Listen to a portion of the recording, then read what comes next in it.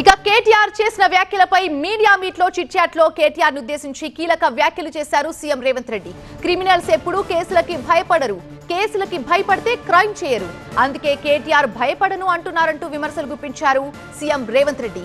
కేటీఆర్ గురించి మాట్లాడటం కూడా అనవసరం అంటూ ఎద్దేవా చేశారు సీఎం రేవంత్.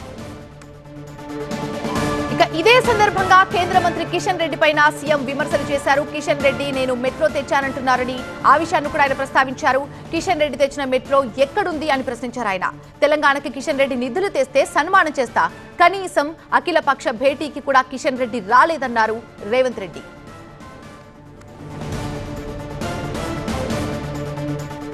కిషన్ రెడ్డి కేంద్రం నుంచి నిధులు తెస్తా అంటే వద్దంటామా?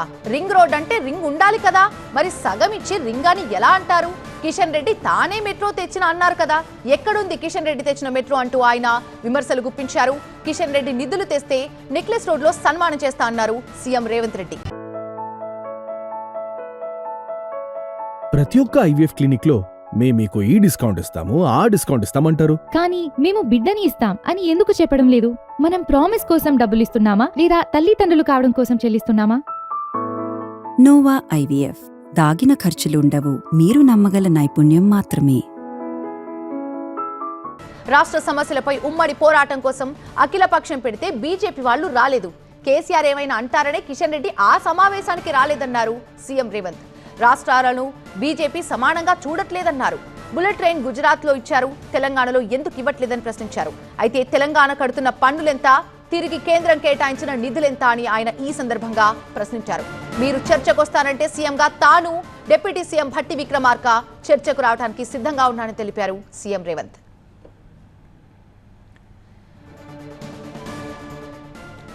మీడియాతో చిట్ చాట్ లో కేటీఆర్ ని ఉద్దేశించి కీలక వ్యాఖ్యలు చేశారు సీఎం రేవంత్ రెడ్డి. క్రిమినల్స్ ఎప్పుడూ కేసులకి భయపడరన్నారు, కేసులకి భయపడితే క్రైమ్ చేయరన్నారు, అందుకే కేటీఆర్ భయపడను అంటున్నారంటూ విమర్శించారు.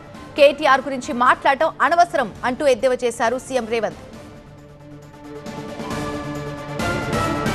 ఇక ఇదే సందర్భంగా కిషన్ రెడ్డి పైన కూడా విమర్శలు చేశారు సీఎం రేవంత్. కిషన్ రెడ్డి నేనే మెట్రో తెచ్చానంటున్నారు. కిషన్ రెడ్డి తెచ్చిన మెట్రో ఎక్కడుందంటూ ఆయన క్వశ్చన్ చేశారు. తెలంగాణకి కిషన్ రెడ్డి నిధులు తెస్తే సన్మానం చేస్తా అన్నారు సీఎం రేవంత్. కనీసం అఖిల పక్ష భేటీకి కిషన్ రెడ్డి రాలేదన్నారు ముఖ్యమంత్రి. కిషన్ రెడ్డి కేంద్రం నుంచి నిధులు తెస్తే వద్దంటామా అని ప్రశ్నించారు ఆయన. రింగ్ రోడ్ అంటే రింగ్ ఉండాలి కదా, మరి సగం రింగ్ ఇచ్చి రింగ్ అని సగం ఇచ్చి రింగ్ అని ఎలా అంటారని ఆయన ఈ సందర్భంగా వ్యాఖ్యానించారు. కిషన్ రెడ్డి తానే మెట్రో తెచ్చిన అన్నారు కదా, మరి ఆ తెచ్చిన మెట్రో ఎక్కడుందంటూ ఫైర్ అయ్యారు ముఖ్యమంత్రి. కిషన్ రెడ్డి నిధులు తెస్తే నెక్లెస్ రోడ్ లో సన్మానం చేస్తానన్నారు.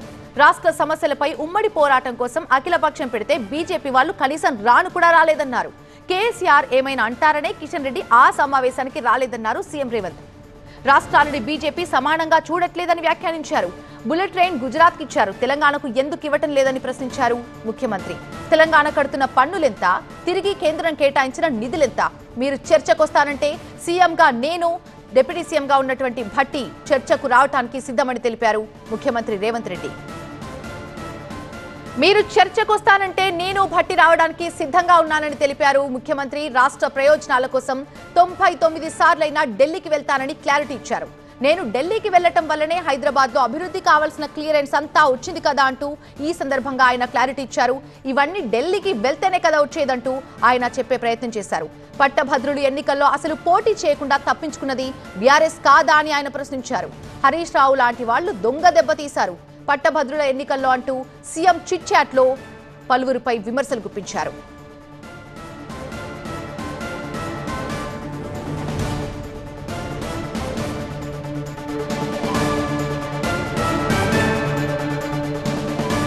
తెలంగాణ కడుతున్న పన్నులెంత, తిరిగి కేంద్రం కేటాయించిన నిధులెంత, మీరు చర్చకొస్తానంటే సీఎంగా తాను భట్టి చర్చకు రావడానికి సిద్ధంగా ఉన్నామని క్లారిటీ ఇచ్చారు. మీరు చర్చకొస్తానంటే నేను భట్టి ఇప్పుడంటే ఇప్పుడు సిద్ధంగా ఉన్నామని తెలుపుతున్నారు సీఎం రేవంత్ రెడ్డి. రాష్ట్ర ప్రయోజనాల కోసం 99 సార్లైనా ఢిల్లీకి వెళ్తాను. నేను ఢిల్లీకి వెళ్లటం వల్లే హైదరాబాద్ లో అభివృద్ధి చెందడానికి క్లియరెన్స్ వచ్చిన విషయాన్ని ఆయన ఈ సందర్భంగా ప్రస్తావించారు. ఇవన్నీ ఢిల్లీకి వెళ్తేనే కదా వచ్చేదంటూ ఆయన చెప్పుకొచ్చారు. పట్టభద్రులు ఎన్నికల్లో అసలు పోటీ చేయకుండా తప్పించుకున్నది బీఆర్ఎస్ కాదా అని ప్రశ్నించారు. హరీష్ రావు లాంటి వాళ్లు దొంగ దెబ్బతీశారన్నారు. పట్టభద్రుల ఎన్నికల్లో జరిగినటువంటి విషయాల గురించి ఆయన ప్రస్తావించారు. సీఎం చిట్ చాట్లో ఈ విధమైన కమెంట్స్ చేశారు.